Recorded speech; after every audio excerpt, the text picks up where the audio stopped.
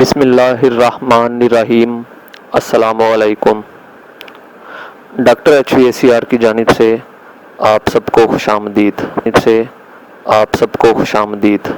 ایک اور video lecture کے ساتھ حاضر خدمت ہوں۔ آج کے ویڈیو لیکچر میں ہم ماڈولیٹنگ ریفریجریشن سسٹم کا مطالعہ کریں گے، اور اس ویڈیو لیکچر میں ہم جانیں گے کہ ماڈولیٹنگ ریفریجریشن سسٹم کیا ہوتا ہے، کیسے کام کرتا ہے اور کن جگہوں پر اس کا استعمال کیا جاتا ہے۔ تو آئیے اپنے لیکچر کا آغاز کرتے ہیں۔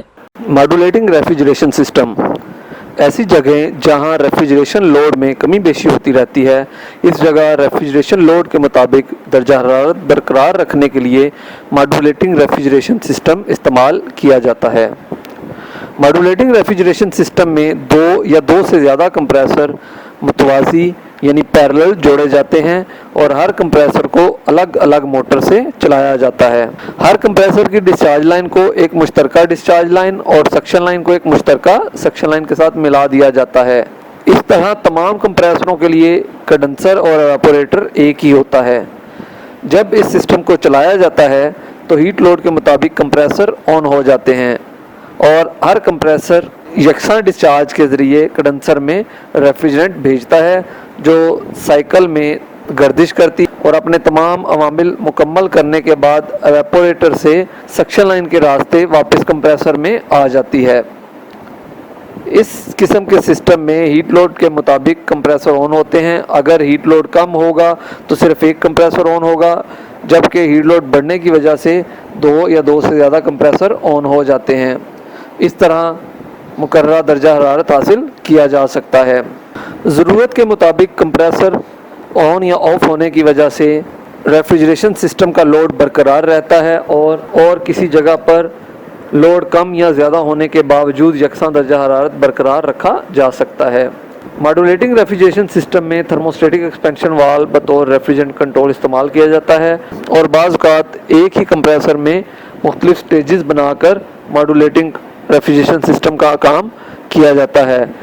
اس قسم کے سسٹم میں ایک سے زیادہ سلنڈروں والا کمپریسر استعمال ہوتا ہے، اور ہر سلنڈر الگ الگ سکشن اور ڈسچارج کرتا ہے۔ اس طرح سائیکل مکمل کر لیا جاتا ہے۔ اس قسم کے کمپریسر میں ہر سلنڈر کے ساتھ ایک ان لوڈ ڈیوائس لگائی جاتی ہے۔ بعض اوقات متغیر سپیڈ والی یا ویریبل سپیڈ والی موٹر استعمال کی جاتی ہے، اور ماڈولیٹنگ ریفریجریشن کیپیسٹی حاصل کی جا سکتی ہے۔ شکل میں ایک مکمل ماڈولیٹنگ ریفریجریشن سسٹم دکھایا گیا ہے، جس میں 3 کمپریسر پیرلل جڑے ہوئے ہیں، اور تینوں کمپریسروں کی ڈسچارج کو ایک مشترکہ ڈسچارج لائن کے ساتھ اور سکشن کو ایک مشترکہ سکشن لائن کے ساتھ جوڑا گیا ہے۔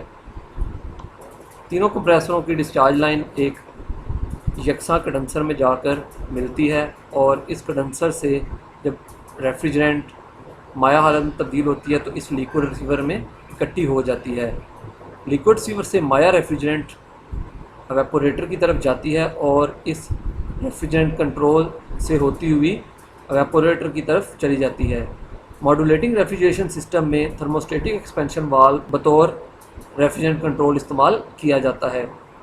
یہ مائع ریفریجرنٹ جب ایواپوریٹر میں جا کر سپرے ہوتی ہے تو یہاں سے حرارت جذب کر کے دوبارہ بخارات میں تبدیل ہو جاتی ہے، اور واپس پھر اس سکشن لائن کے راستے کمپریسروں کی طرف آ جاتی ہے۔ اب لوڈ کے مطابق جتنے کمپریسر چل رہے ہوں گے وہ اس ریفریجرنٹ کو اپنی طرف کھینچ لیں گے، اور دوبارہ پھر اس کا پریشر بڑھا کر اسے ڈسچارج لائن میں خارج کر دیں گے۔ چونکہ یہ سسٹم ایسی جگہوں پر استعمال ہوتا ہے جہاں پر لوڈ میں کمی بیشی ہوتی رہتی ہے، اس لیے ضرورت کے تحت لوڈ کے مطابق کمپریسر چلتے ہیں۔ لوڈ زیادہ ہوگا تو تینوں کمپریسر چل رہے ہوں گے، جبکہ لوڈ کم ہونے کی وجہ سے ایک یا دو کمپریسر چل کر بھی سسٹم اپنا کام پورا کر دے گا۔ اس طرح کسی جگہ پر مقررہ درجہ حرارت حاصل کیا جا سکتا ہے۔ لوڈ کی کمی بیشی کی وجہ سے ایک یا ایک سے زیادہ کمپریسر چلیں گے، اور اس طرح ایواپوریٹر کیبنٹ میں درجہ حرارت برقرار رکھا جائے گا۔ میں امید کرتا ہوں کہ آپ کو ماڈولیٹنگ ریفریجریشن سسٹم کی سمجھ آ گئی ہوگی۔